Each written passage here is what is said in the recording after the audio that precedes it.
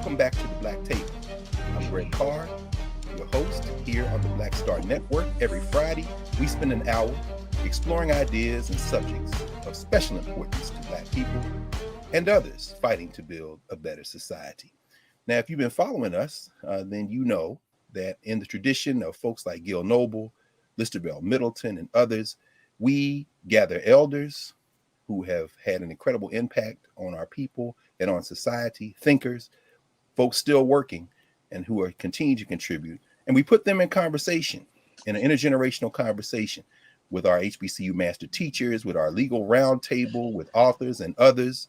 And over the arc of our program so far, we've had folks like Adolph Reed and Abdullah Kalimat and Andrew Amy Billingsley and Robert Smith. Well, today we want to continue that and to enhance it. The name of this program is The Black Table. Well, we thought we might spend some time with someone who can help us understand what we mean when we say Black. For many people viewing today, this will be your first listening session with a legit, as the young people would say, an actual Black philosopher.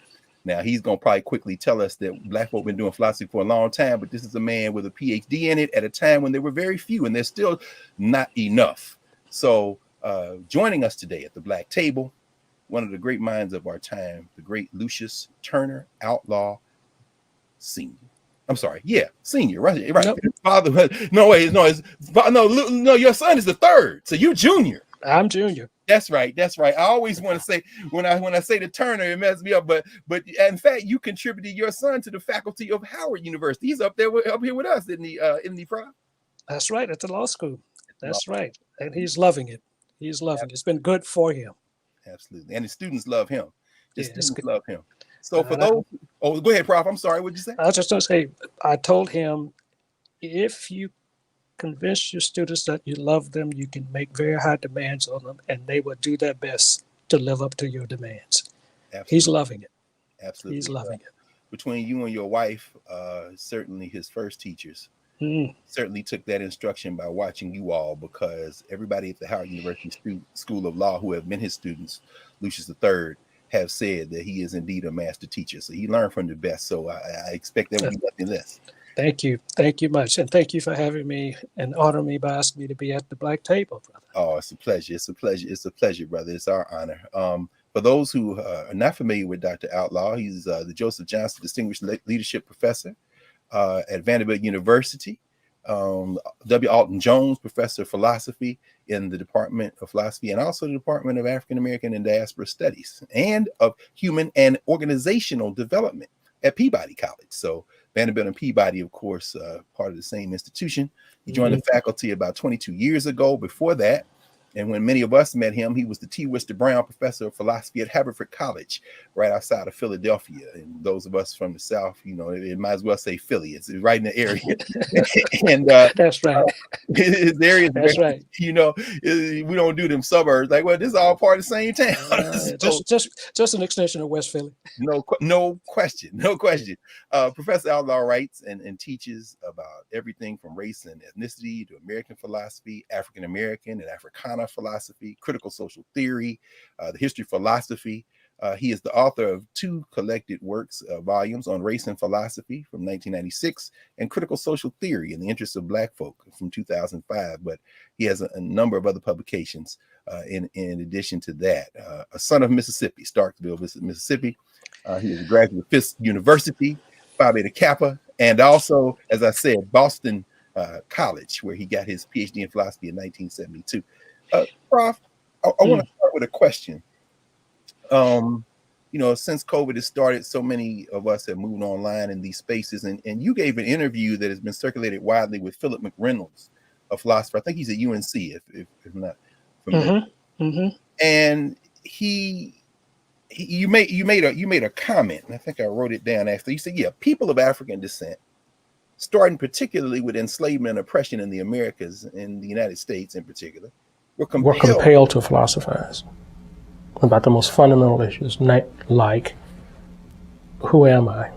Well, who are you from coming out of Mississippi and shaped by Black institutions before you ever showed up at Fisk and a craft where very few African people were in the late 1960s and trying to reconcile that craft with that emerging field of Black studies. Do you mind a little bit about who you are and how you came to be who you are? Well, that's a great question, Greg. And, my life has been impacted in ways I never anticipated by way of my matriculation to Fisk University in 1963.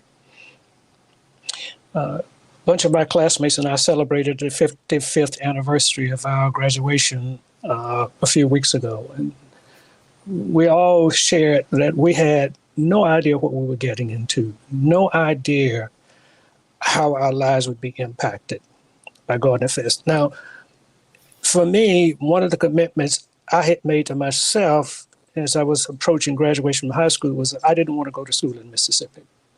I wanted out. I simply, I had spent some time at a number of HBCUs in Mississippi. I knew about Mary Holmes Junior College was nearby. I had been to Valley State. I had been to Jackson State on a number of occasions. A lot of my hometown people went to Jackson, went to Alcorn, went to Valley State. A few even went to Tougaloo, a private school down in Jackson. Yes. I didn't want to be in Mississippi. I wanted out of Mississippi. And my original intent was to go to TSU. Now, State. Yes, that was my original. One of my best friends had a brother who had gone to Tennessee State. Huh. And so that's how I knew something about Tennessee State. Now, part of my background is I was a young preacher in high school, and I went to go study religion and philosophy. And there was a young brother from the Starkville area who was studying at American Baptist College Seminary. Yes. We happened to be talking one day, and I was telling him what I had hoped to do. He says, well, you're not going to be able to study religion and philosophy at Tennessee State, but you can do it at this other place called Fisk University. I didn't know anything about Fisk. So I wrote and got a catalog and started reading up on it. And he says, by the way, the other thing about Fisk, they got the most beautiful Black women in the world there. I was like, okay. And you wrote about the fact that you were able to confirm what Du Bois I confirmed that. 2 generations before. And that too, didn't he? and I tell people, Du Bois, I had the same experience as Du Bois. The first time, my freshman year, when all the upper class women and students came back and I went to the dining hall that first Sunday. Yes. I'd never seen anything like it. I couldn't even eat. It was so astounding.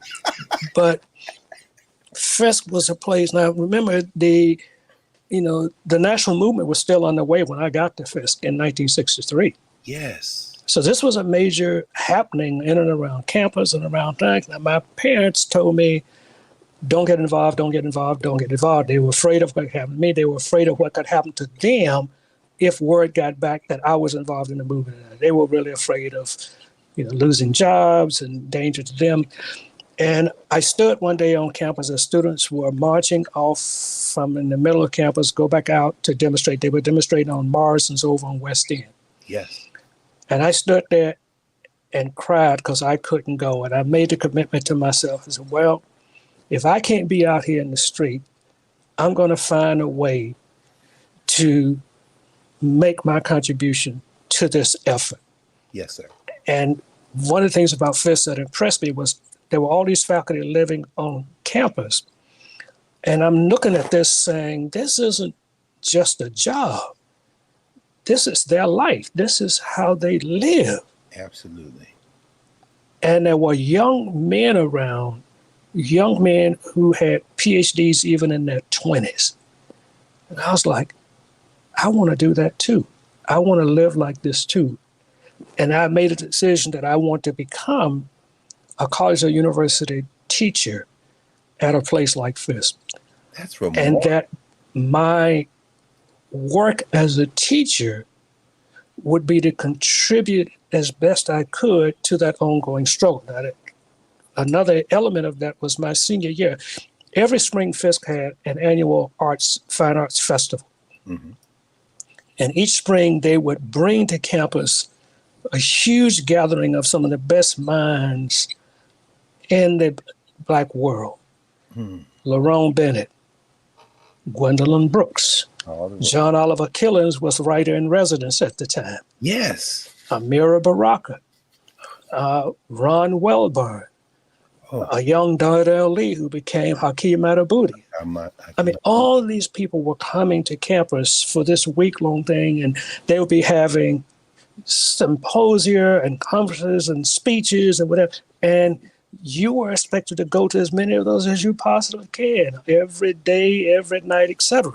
It's about you all. This is the living archive. There are folks out there. If you want to trace just a glimpse of this, go back to the old Negro Digest, which became Black World. You will see reports from the Fisk conferences, but that just gives you a look. What we're getting now, this is what Hampate Ba in West Africa calls the living tradition. A little bit later on, Prof, we're going to ask you about genealogy. And so when you want to know the roots of Black studies, it's a living tradition. Prof, we're about 10 minutes in. Can we take a moment, a pause, and when we come back, you pick up exactly where you are, because you're about to help us walk across this bridge to how you entered into the field of philosophy. All right. In the interest of Black folk. So thank you, Prof. So when we return, we are going to continue with Professor Lucius T. Outlaw Jr. and our discussion of Blackness and philosophy here at the Black Table.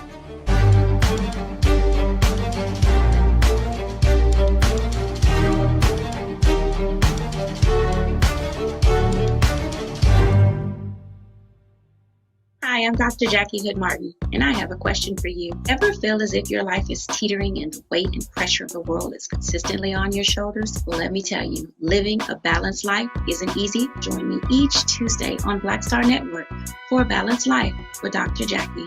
We'll laugh together, cry together, pull ourselves together, and cheer each other on. So join me for new shows each Tuesday on Black Star Network, A Balanced Life with Dr. Jackie.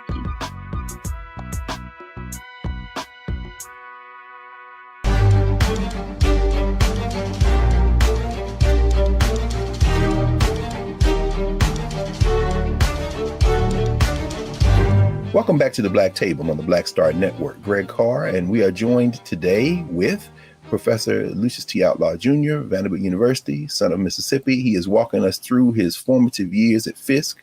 Prof, when we left, you were about to you were on the verge of helping us think with you as a young man entered this conversation with these folk who come from all over the country and the world having these conversations. Was this the year you were student body president? This was the year I was student government president, my senior year. And one of the seminal moments is Amira Baraka gave a talk in the Appleton Room one night. And I sat there and I listened to that talk. It was stunning. When it was over, after the question asked, I waited around until I could go up, shake his hand and thank him. And what I said to Baraka that night was, I may have come to this university as a Negro, but I will leave as a Black man. That's how powerful. Now, also that as president of student government, I had been in an intense struggle with a group of students, Nika Giovanni and others, who were trying to get a chapter of SNCC on campus, and the administration didn't want it to happen. It was a very intense struggle. That's another long throw. And one night after meeting, Nick and them had been in the student government during the meeting, calling us everything but a child of God. We were lapdogs for the white people downtown. You just a hank of the head Negro, blah, blah, blah. What? But didn't she know that if I remember correctly, didn't you campaign on representing students? She knew better than that. I had been elected, denounced during the campaign speeches by one candidate. I had been denounced as a radical. Now here we are, 10 months later, I'm being denounced as a handkerchief head Uncle Tom. And this so real life school days. Y'all seen these school days. Now you see real time, a generation before. The HBCU, brother. Right. So I lead that meeting. We've been in this meeting arguing for 2 or 3 hours. I walk out of that meeting. I'm standing in the hallway. I'm exhausted. I'm emotionally wrung out. Nikki walks out of that room, walks up to me. I'm standing in the hallway, leaning against the wall. Nikki walks up to me, kisses me on the cheek and says, Lou, we love you, and walked away. My God. I was so confused. And I got to, this past October, Nikki was brought back to give the Jubilee Day keynote address, and I introduced her, and I began by saying it was a strange kiss from Nikki that day. And the people were like, where is this going? Right. And it took me years to understand that Nikki was saying to me, this isn't personal. Right. This isn't personal. Right. And I was thinking it was personal. It was like, this isn't personal. It's a political struggle, but we love you, and walked away, you know. And it took me years from it. But that was part of the orientation. So when I went to graduate school and had to decide on a dissertation, that dissertational focus opens with that quote from the Soldier Black Folk about double consciousness. Yes. And the point of my dissertation was to make an argument that with the transformation of consciousness from colored and Negro to Black, the divided consciousness was being resolved. And that was the effort I was trying to make in my dissertation. And that's what you were doing. You know, it's interesting that you say that, Prof, because as I said before we went live, we had a conversation a little over a month ago with another friend of yours, Adolph Reed Jr. And then you showed us that you, in fact, have read and are reading the book that we asked him about, The South, and both of you sons of the South. This concept he talked about, and that you have talked about for many years and have written about, you know, coming to Fisk, that wasn't your introduction to Black institutions. The young people call it Black excellence. Sometimes some of us say, well, it's excellence in Black. You came from that high academic standard. I think I remember you saying you saw the son of one of the trustees get sent home for bad academic. That's right. First semester. That's when you realize, but carrying that expansive concept of Blackness into your work at Boston, a Blackness so expansive that regardless of politics, realizing that we are Black people, as you undertook that work and that produced the language and the transformation of consciousness, your dissertation, reading through it, looking at its footnotes, you've got Harold Cruz and John Bracey, you got James Turner and so many others, but then you've also got Heidegger, you got Hegel. How are you grappling with this question of Blackness and beingness in a field like philosophy where there were so few people at the time? And what drove you into that field, Prof? Well, it's an interesting question, because part of it was, so in coming to Fisk, majoring in philosophy and religion, I'm reading, and I tell people, from my undergraduate years at Fisk all the way through my PhD, I was never in a philosophy class where I had a professor who was a person of African descent, nor assigned a text written by a person of African descent. Ever. Never. Not in any course I ever took from my undergraduate through my graduate years in philosophy did I ever read a text written by a Black person. So your master teachers, I mean, you mentioned, of course, the great L.C. Collins, who only made transition very recently. But his class, see, I had him as a first semester freshman. And in my senior year, before I graduated from Fisk, I made sure that I took his Negro literature class. So that's where I did a lot of reading, but it wasn't happening in philosophy. You didn't get any of what you bring to philosophy from philosophy. Nope. You got it from Black traditions outside. This is fascinating. Right. Please go ahead. Right. Go ahead, Bobby. That's right. So while I'm in graduate school, I go to this lecture one night. Big crowd of people there. This man gives his lecture. I'm like, my goodness, what is this? And I come out and there's people selling his books. And I go buy one and I'm blown away by the sheer title of this book. Because the title is The Crisis of the Negro Intellectual. Come on. Not Harold Cruz. You heard Cruz. I heard Cruz went and got that book, and I'm trying to think about how to be an intellectual. This man is talking about the crisis. I'm like, oh, Lord. Exactly. I go read this. Right. Now, I meet Harold Cruz later on, and we have some really interesting conversation, but that was a seminal text. And later, in the December of 1968, I go over at Harvard Square, browsing through bookstores. I go in this bookstore, and I look over on a rack, and I see something that just stops me dead in my track. Because there's a journal in a rack that has a title. I had never seen those two words put together. The Black Scholar. Wow. It was the first issue of the journal. Really? Nathan Hare. And I'm looking at this going, what the hell?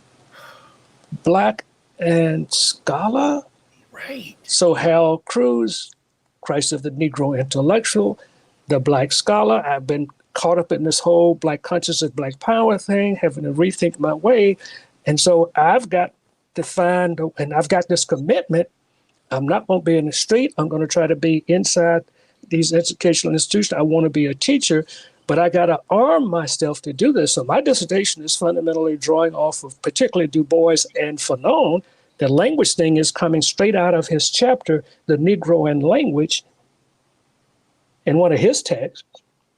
All this other stuff is to help me make this case, et cetera, for how to prepare myself to continue inside the academy working in a discipline where there ain't nothing about Black folk, but I'm seeing what's happening in politics, history, sociology, et cetera, right? Where a whole lot of people are talking about Black sociology, Black history, Black literature, Yes, Black music, Black that. So then me and a bunch of other people are saying, okay, we got to do Black philosophy then. And of course, the discipline is like, there's no such thing. We're like, yeah, we're going to make it be such a thing. Well, let's talk about that a little bit, because, you know, they're in the late 60s and you've written about the death of King, how that impacted you, and so many other things going on at the time. As you carry that momentum into the 70s, you turn down a job at Boston. They say, we usually don't do internal stuff, but we want you to stay. Right. You feel compelled to go back to Fisk and join that faculty. And as I told you before, I mean, for you to draft the dissertation, the one you wrote in a matter of months, is, to me, I think anybody who's ever written one would have to sit back and say, what the hell? But why do you decide not to enjoy or pursue the life of a scholar, which is usually a very singular, solitary life, very insular? But as you say, you join with this wave of like-minded, unfortunately, men with one, I think it was one woman you mentioned, but you all come together and eventually produce this Philosophy Born of Struggle collective. You join together. Then you began cultivating over the years another generation with like the racial theory, group formations. Why was it, and why is it so important for you that your intellectual work is driven by teaching and community engagement and work? And what was it like in the 70s and 80s to find like-minded Black folk and move forward as a collective rather than just like these heroic individuals? Well, I mean, again, remember, so much of the Black consciousness, Black power movement was in social terms. It wasn't in individualistic terms. And so it was about being part of some social group. You know, there's a lot of talk about revolution. One of the essays in Hal Cruz's book, Reform and Revolution, and he said in one of them, said, you know, you young folk want to talk about revolution, but if you really understood what it was about, you stop talking about it, because this is serious business. Yes, sir. And so I became clear that I wasn't reading Marxist and left stuff, but I understood I wasn't going to be out in the street with no gun, right? Right. I was committed to education. I was committed to the notion that education could make a difference. And I got called back to Fisk. I didn't even apply for a job at Fisk. I was called and told to apply for this job. I had been interviewing at Mississippi State in my hometown. That's another story. I came and did an interview. When I got to go meet with the president of Fisk, President James Lawson, I went to his office. Secretary Collin told him I was there. He got up and met me at the door. When I walked into his office, he reached out and shook my hand. And he said to me, Lucius, you're coming back to Fisk. That's settled. I hear you have a wife. You're married. What's your wife's name? That began my conversation with the president. Now that's old school. That's some old school HBCU presidents who built faculties like that. That's right. And he says, and during the conversation, he says, now we've got these apartments over here for faculty. I want you and your wife to live in these apartments over here. He wanted us to be, the whole time he was in the, even before he was president of Fisk, he lived on the Fisk campus. Yes, sir. So did many of them. And he says, I want you to live on this campus. Well, I'm from Nashville. As kids, we knew, the John Wesley Workhouse, Arnold Bryan, all them cats. That's right. A couple of streets down, even though he wasn't a member of the Fisk faculty, the Nashville legend, of course, the great Avon Williams. That's right. Right around the corner on Marina Street. Yes, sir. Right? Go down Jefferson Street, and then the state faculty is right there. So, right. And so this whole thing of living and being part of a community, and that has been lost at Fisk. But all of that was powerful as shaping of me. And the other thing was that I had learned during the Nashville riots, as a senior president of student government, what the important difference was for Fisk as a private institution compared to TSU as a state. Yes, sir. Because I had learned as a freshman, students could participate in the movement, go put in jail, knowing that the dean or president was going to go make bail and they'd be out and back out again. Nobody was getting put out of Fisk for participating in the movement. They were being supported for participating in the movement, not chastised or don't do this. You were expected to be about that kind of thing. You were expected to go forth into the world and comport yourself in a certain kind of way as a graduate of Fisk University, as literally one of the responsible talented 10. That's amazing, because as you said, they put those kids out of A&I. They put them out. Right. They didn't get their degrees until recently. Even right. And I think about, of course, your homies, the great Joyce and Dory Ladner. That's right. Jackson State put them there to go to Tougaloo. That's right. The public HBCU, you couldn't do it. Wasn't having it. Let's pause here for a second, and when we come back on the other end of the break, I hope you will help us think about and think through your work, not only as an intellectual and but as an activist, as a community-grounded scholar, and how that has impacted not only the field of Black philosophy, but the way we think about, and to use the title of your second book, Critical Theory, Critical Social Theory in the Interest of Black folk. So we'll be back in a moment.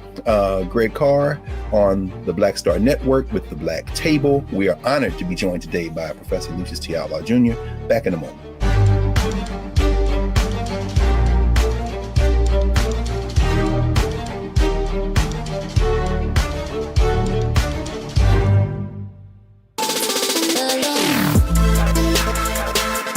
Hey y'all, welcome to The Other Side of Change, only on the Black Star Network and hosted by myself, Bree Baker, and my good sis, Jamira Burley. We are just two millennial women tackling everything at the intersection of politics, gender, and pop culture.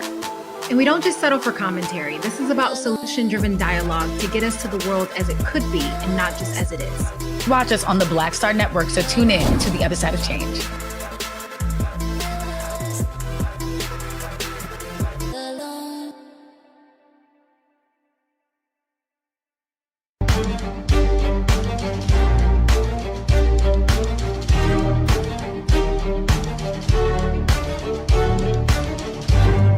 Back at the Black Table, here we are every week. We have these conversations around Blackness and around social justice and related issues.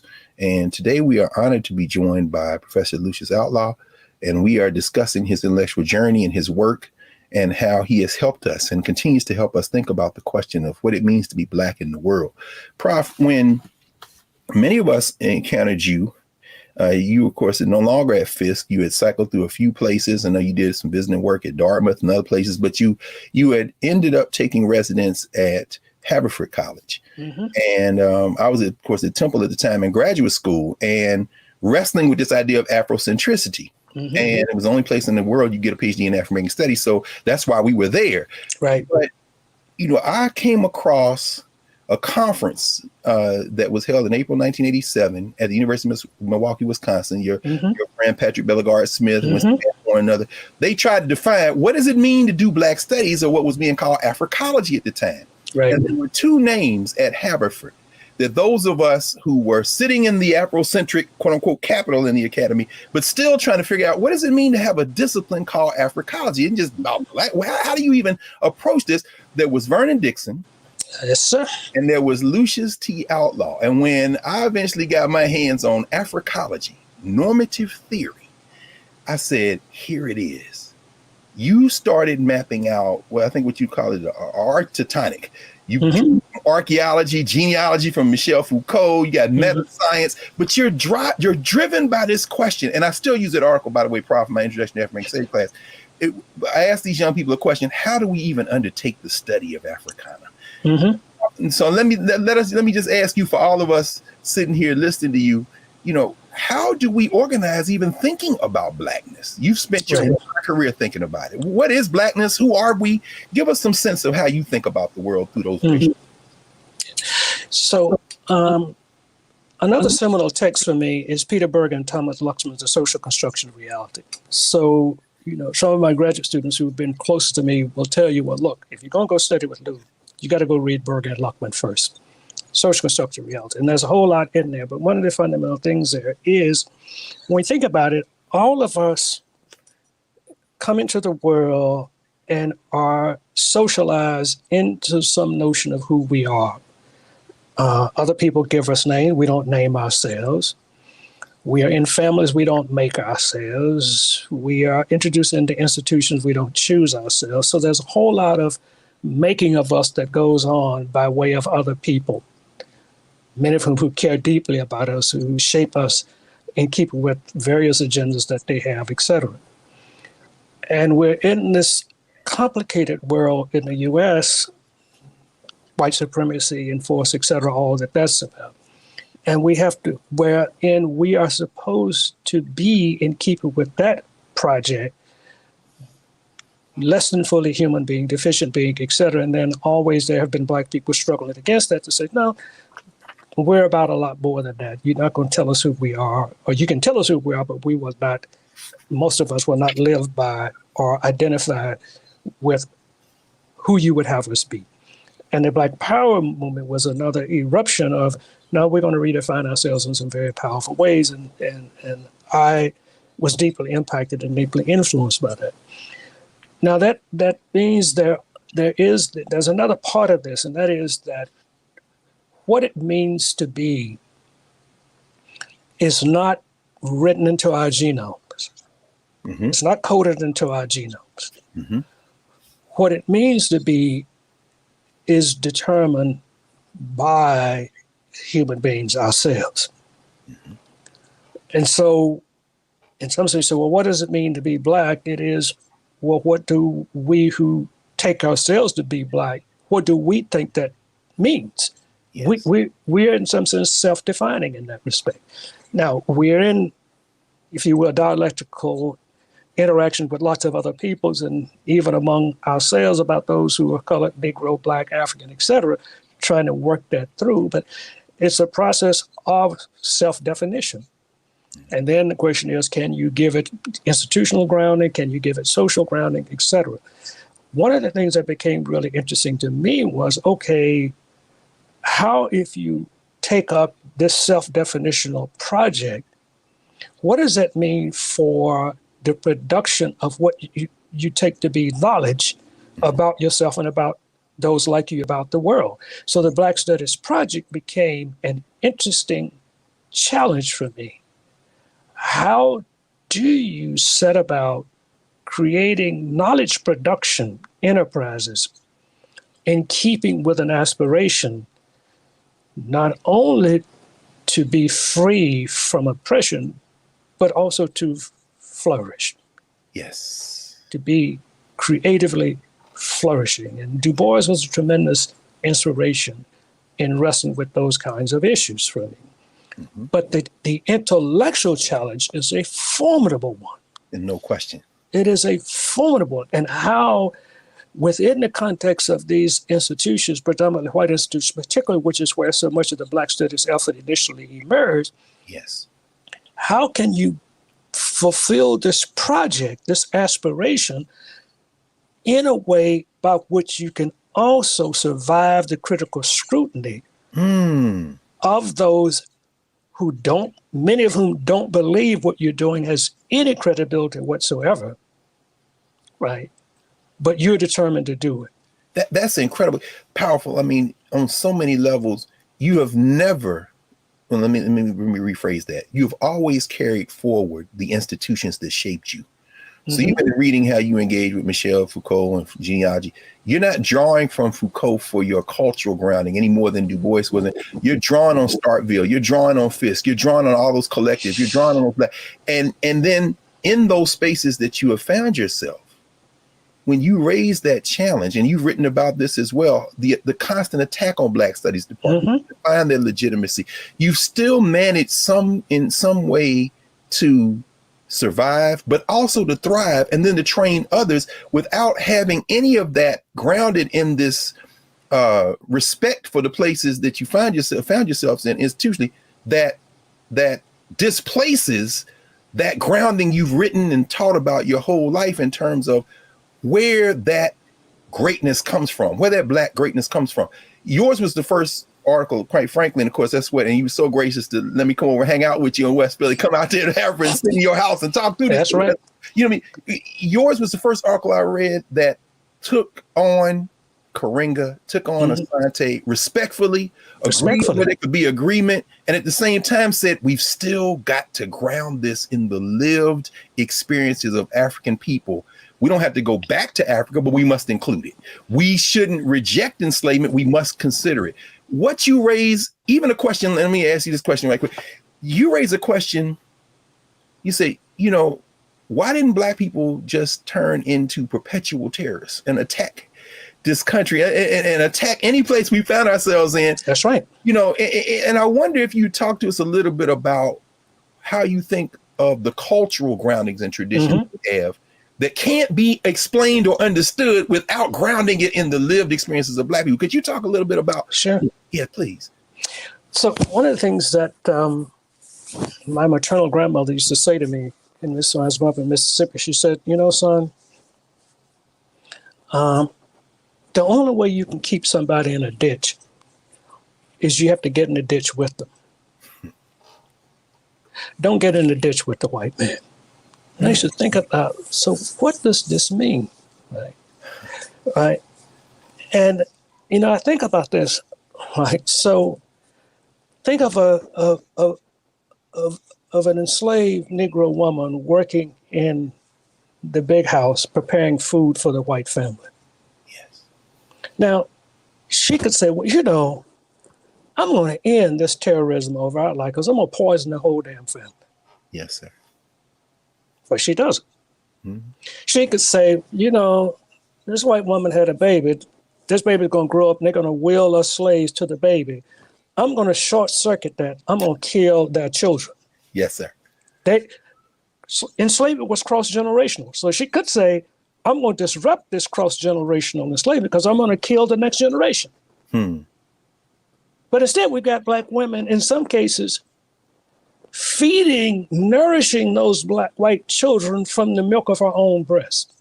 So I have to ask myself, now, wait a minute. By what reasoning did this woman decide not to poison the white family? Now, some say, well, she was afraid. Of what? Of what? Of what? You think it was fear? Let's allow for the possibility that she thought it wasn't the right thing to do, right? That she's making an ethical decision. Interesting. And that she's thinking. So interesting. She gets raped by a white male. Yes. Within a few weeks, she knows her body. She knows she's pregnant. Now she's got to worry. Do I bring this child to term? If I do, what are the other women in the slave community going to think about me? The older Black women in a little bit of time are going to start saying, girl, you know that dress ain't fit you like it used to. What's going on? That's right. When she starts showing, what's the white woman in the big house going to say? Why are you pregnant? Who's the daddy? And if she has a Black man in the slave community, what's he going to say? Particularly when that child is born and the skin pigmentation of that child don't look nothing like him. Now, for literally 9 months, she's got to face these questions as she's carrying that child and ask herself, do I abort this child or do I bring it into this world where I can't protect it? It may be sold out from under me. It will be my child, but I can't even protect it. And yet, over and over again, these women brought children into a world and nurtured them as best they could. But day after day while pregnant, carried that child, hummed their songs, prayed to their Lord, and endured this to bring others in the world, even though they couldn't protect them, and then tried to say, but one day, child, but one day, child, and you are not to conduct yourself in the way these people did. You are to be different. And I'm saying they had to think through existential conditions and raise questions. What should I do? Yes. I don't need to go to France to study existentialism. No, sir. I can look at and ask the question, how did Black folk wrestle with existence day in and day out and make judgments about what to do? Think of those people on the slave ships who decided not to commit suicide. What went into their thinking? What did they have to look forward to? Well, Prof, one of the many beautiful things about your intellectual work is that you make room for both choices. That's right. Because we think about the Igbo women in Montpelier who very likely poisoned James Madison's grandfather. We think about Martin Delaney's Blake, where these arguments over should we run, should we stay? He's literally critiquing religion in Blake, page by page. But the beautiful thing about your concept of Blackness and the way that you've worked is that you don't allow anybody expressing their existential grappling with what it means to be Black to leave the circle. Just like Nikki Giovanni kissed you on the cheek, you don't say, okay, now if you kill this cat or if you smother this baby, if you poison these people, this is part of the argument we need. I think about Cedric Robinson, who says we have a higher moral standard. Michael Gomez, who says we didn't hold white people the same standard we held. But you don't let any of that off of this table, Prof. That is the genius, it seems to me, one of the geniuses of your concept of Blackness.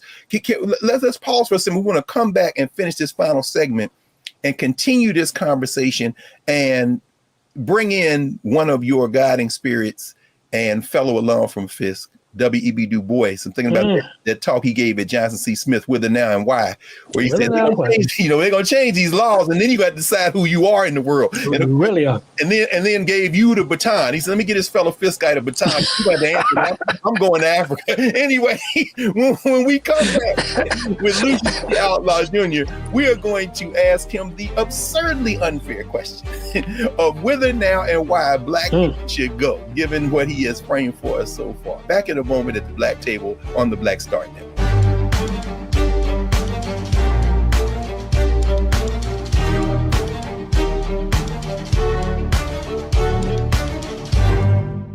Hello, I'm Isaac Hayes III, founder and CEO of Fanbase, and I'm here with a very important message.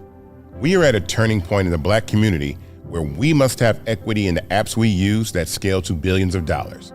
But this time, we own the infrastructure, we own the culture, and we shape the future. And Fanbase is the future. Fanbase combines the free functionality of Instagram, TikTok, and YouTube into an all-in-one platform built for the evolution of social media and monetization. With over 1.4 million users, that's real proof that we are shifting the conversation of tech ownership and equity for creators. So right now, I want you to go to startengine.com/fanbase and invest today. The minimum to invest is $399.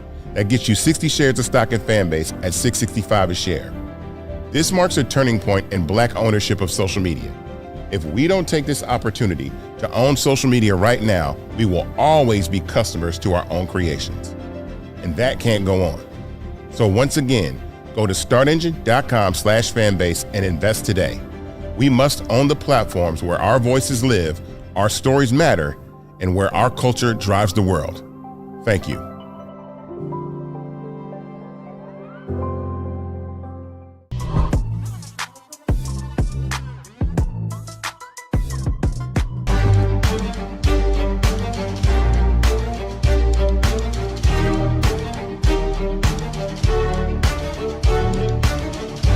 Welcome back to the Black Table. We're in our final segment today with Professor Lucius T. Outlaw Jr. Prof, when we left, you had sketched out for us this ethical standard of Blackness that Black folk have lived with, grappling with the questions of oppression and enslavement in our recent memory.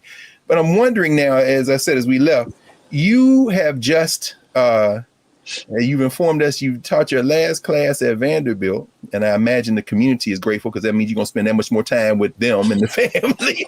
But you did it on the campus, partially, that you yourself attended as a student and came back as a faculty member. And W.E.B. Du Bois, of course, you say you had your students start at the Du Bois statue there at Fisk. W.E.B. Du Bois raised that question just before leaving for Ghana. Black school teachers and whether now and why, the social science configuration. That's right. You know, and so I wonder, where some of your thoughts on where you think we are, Mhm. how you think we should be thinking and acting now, what you see in terms of social movements. Because as Du Bois said, once they change the laws and desegregate, then you're going to have to answer the deeper questions of race and culture. And you've spent your entire career doing that. Could you help us? Where do you think we are today in terms of trying to answer those questions? Any of you? It's as it has always been, it's particularly precarious. And for all of the precariousness, the craziness, etc., one way I put it is we got hit with two pandemics recently. One was a biological pandemic caused by a virus, COVID-19. The other was a political pandemic. And the agent was Trump that gave rise to Trumpism. And the confluence of those two pandemics have had lasting impact on the body politic of this country, both literally and figuratively. And of course, democracy is in question again. And it's another question of Black folk will have to save democracy in the United States yet again. Right? So it is precarious. But life has always been precarious for folks of African and African descent on the continent and in the rest of the world after the encounter with folks from Europe and white supremacy, et cetera. So it's precarious. And now we're facing some serious questions. I was just thinking the other day, one of the things that has been deeply bothering to me is the Black Lives Matter movement, because I asked the question, which Black lives matter to whom, when? What I have in mind is, we saw the response from a lot in this Black Studies movement when Michael Brown was killed. Yes. Now, it wasn't very long after that when a young lady from Chicago who was in a high school band that marched at the second inauguration of Barack Obama, she went back home to Chicago and she was killed by a bullet from a shooting in Chicago. Yes. Now, to the best of my memory, and I may be wrong, correct me if I'm wrong, Greg, but there was no lifting up of the killing of that young girl as a movement around the questions of Black Lives Matter. Am I right about that? That's right. Not comparable. And to the degree that it was raised, to your long-term observations about Blackness, it was within Black communities in Chicago. Our friend Jeremiah Wright, Father Michael Fligger, and it did not spark nationwide or international outrage. You're absolutely right, Prof. And so the question becomes, for me, which Black lives matter to whom and why? And it seems as though there were those for whom the taking of a Black life matters if it is done by a white police officer, but not if by someone who's Black. And I'm like, wait a minute now. I thought these lives were to matter, should matter. That's right. Should they not matter? It is though we're literally not politically allowed to say, look, the taking of Black lives by Black folk is unacceptable. That's right. Well, you're giving aid and comfort to white folk. No white racist ever waited for me to endorse them before they became a racist. They don't wait for me to give them endorsements for this. That's right. So there are some deep issues here that I think we've got to wrestle with, and that if we're going to say they matter, we've got to make them matter across all registers, all aspects of our shared life together. Prof, we're almost out of time, but I want to actually ask you this in the context of your life and your work. You talked about your parents worried about what might happen at Fisk, but you also written and talked about how your father wouldn't get off the sidewalk when you were a little boy and the white man wanted him to move. Yeah. Where do you think this, do you think that Black violence against Black people would have been tolerated in the community of your parents or you growing up in those all Black excellent institutions? So if that's the truth, then when did it change and why? And how can we get back to that standard that you talked about, that ethic? I think, I would say crucial insights into this are to be had by reading two books. One is called The Declining Significance of Race. The other is The Truly Disadvantaged. The great William Julius Wilson. Right? Yes. And one of the things that William Julius Wilson explores is, and this is pertinent to the Du Bois Weather when Wilson says, okay, you got so-called desegregation, you got the movement of jobs out of the Northeast and the Midwest to the South and to the West, et cetera. And with desegregation, you get the relocation of the Black middle class away from those neighborhoods, like rather than living on the campus of Fisk and around Fisk, I live in Green Hills, right? Yes. Now, one of the things Wilson explores is, what does it mean when you don't have day in and day out those living examples of certain kinds of achievement, comportment, et cetera, that you grow up around when all Black people are living together. Like in my neighborhood, there was a group of boys on one side of town they were going to start a gang called the Red Hat Gang. My father and some other Black men got together and had a conversation. Black men from my side of town and the other side of town where these boys gathered. These Black men got together, had a conversation, and then said to those young men from the other side of town, there ain't gonna be but one gang, and we're that gang. We ain't having no gang. And these are young boys. They would go to St. Louis in the summer, Chicago in the summer. They had a taste of the gang culture. They're going to come back to Starkville. They're going to form them a gang in Starkville. These Black men got together, met and discussed it, and then went and started telling these boys and their father and concluded, there ain't going to be but one gang, and we that gang. Y'all ain't starting no gang here, period. There's the answer, Prof. You've given us the answer. I mean, it's not the academic studying the problem. It's not the policymakers trying to. It is literally going to come from those same community formations you grew up in and have written and taught about your whole life. Now, how can we repair? We have to be able to repair it, right? I mean, we can. The precarity of Black life that you talked about. How do we approach it? Well, again, if you read what Du Bois says and whether or not, now look at what he says. We must have Black schools, Black colleges, Black literary tradition, Black this, and one of the fundamentals he says is we must have families through which we inculcate children in certain kinds of ways.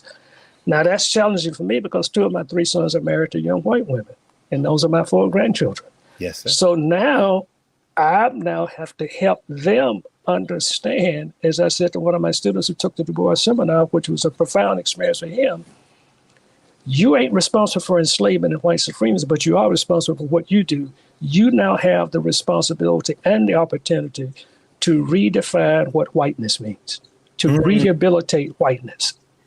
After that, we won't get whiteness. Has to be remade, reconstructed. It has to be remade. It has to be, something has to happen to it. And we can't do that.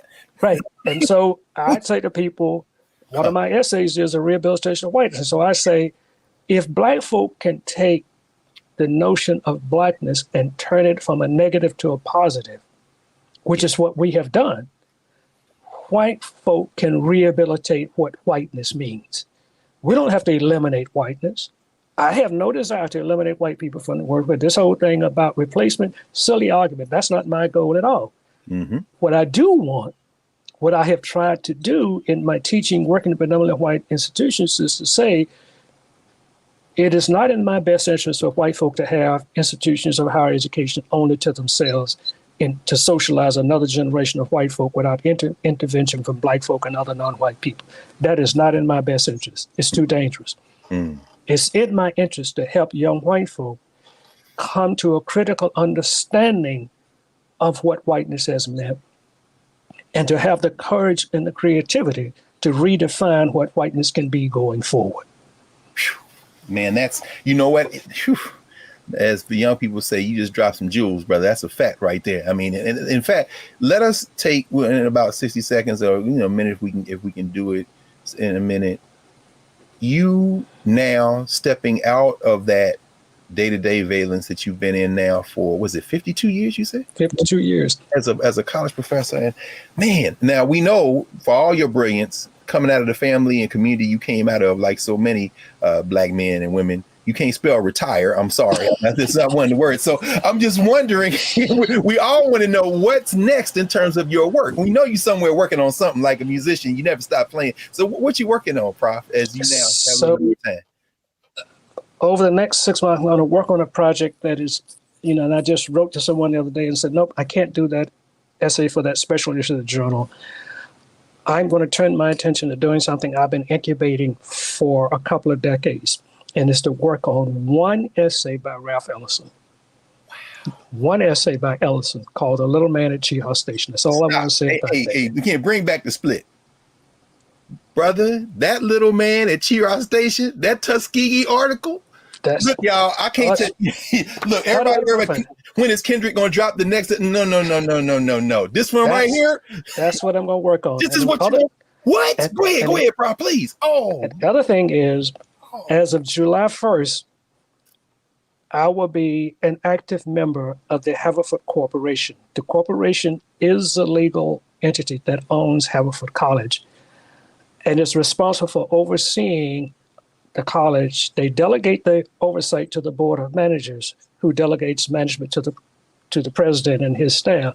But the corporation continues to oversee, asking the question, is the college maintaining its commitment to Quaker values and principles? I've now been voted onto the corporation, and I will be doing that for the next 3 or 4 years. I'm really without words, because if memory serves me correctly, you did a turn on Fisk's trustee board, didn't you? No, I was never on the board. Oh, I thought you were on the board. I don't know how they did you not to be the president of Fisk. That's a whole nother. We had to bring you back.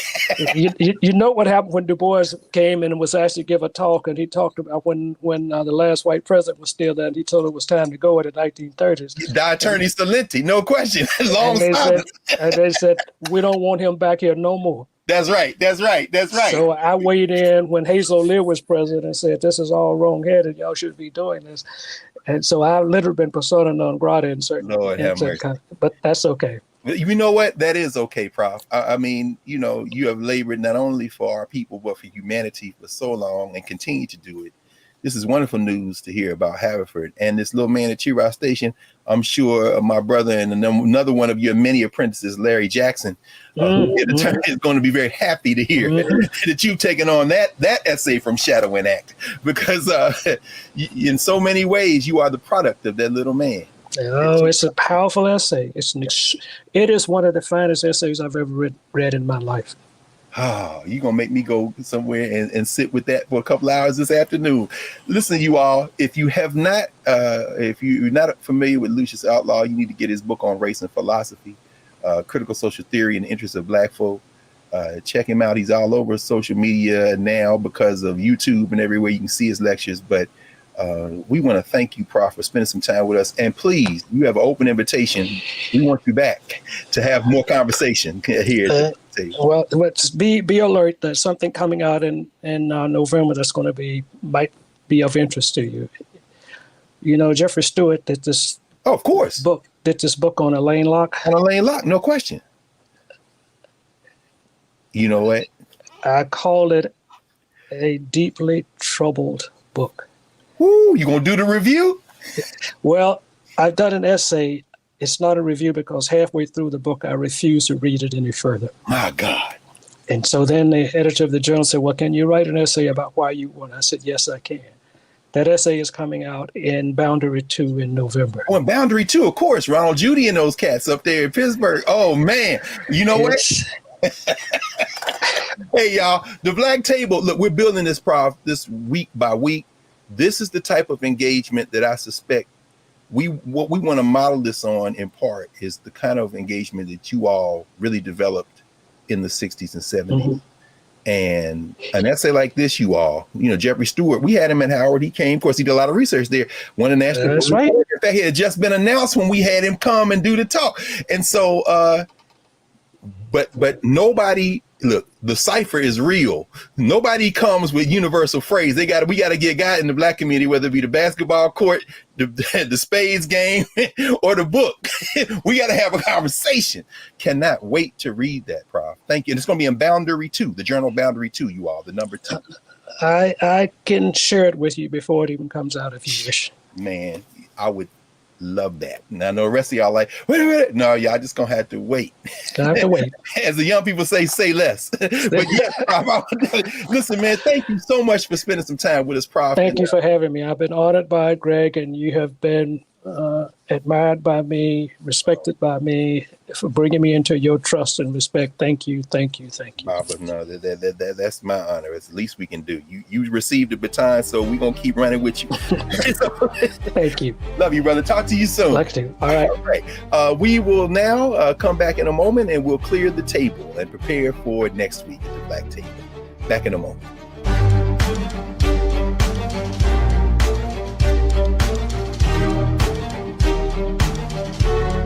Hatred on the streets, a horrific scene, a white nationalist rally that descended into deadly violence. White people are losing their damn minds. As an angry pro-Trump mob storms the U.S. Capitol, we've seen We're about to see the rise of what I call white minority resistance. We have seen white folks in this country who simply cannot tolerate black folks voting. I think what we're seeing is the inevitable result of violent denial. This is part of American history. Every time that people of color have made progress, whether real or symbolic, there has been what Carol Anderson at Emory University calls white rage as a backlash. This is the rise of the Proud Boys and the Boogaloo Boys. America, there's going to be more of this. Here's all the Proud Boys, guys. This country is getting increasingly racist in its behaviors and its attitudes because of the fear of white people. The fear that they're taking our jobs, they're taking our resources, they're taking our women. This is white fear.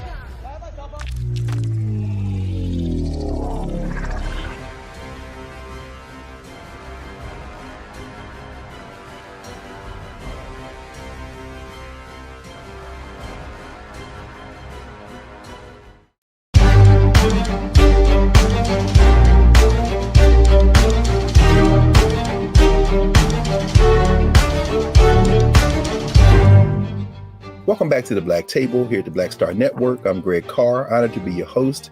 And today we have had a very powerful conversation with one of the greatest minds we have, the great Lucius T. Outlaw Jr. In his essay, Africology, Normative Theory, published in the book On Race and Philosophy, Dr. Outlaw writes this about the nature of us thinking about blackness. He says, it is a matter of perspective, the frame through which we structure and go about our work. The consequences, of course, are enormous.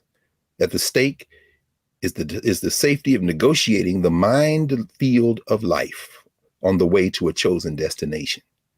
Norms to govern theorizing about norms for social life are themselves part of social life and are likewise conditioned by the choices of destination and route.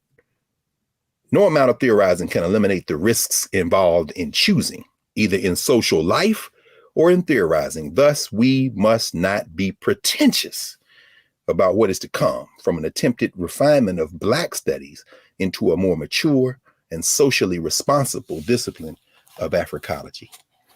We've spent an hour with a man who has made some powerful choices over the course of his life to date, and we are all the better for them. Thank you, Professor Outlaw. And join us next week, same time at the Black Table.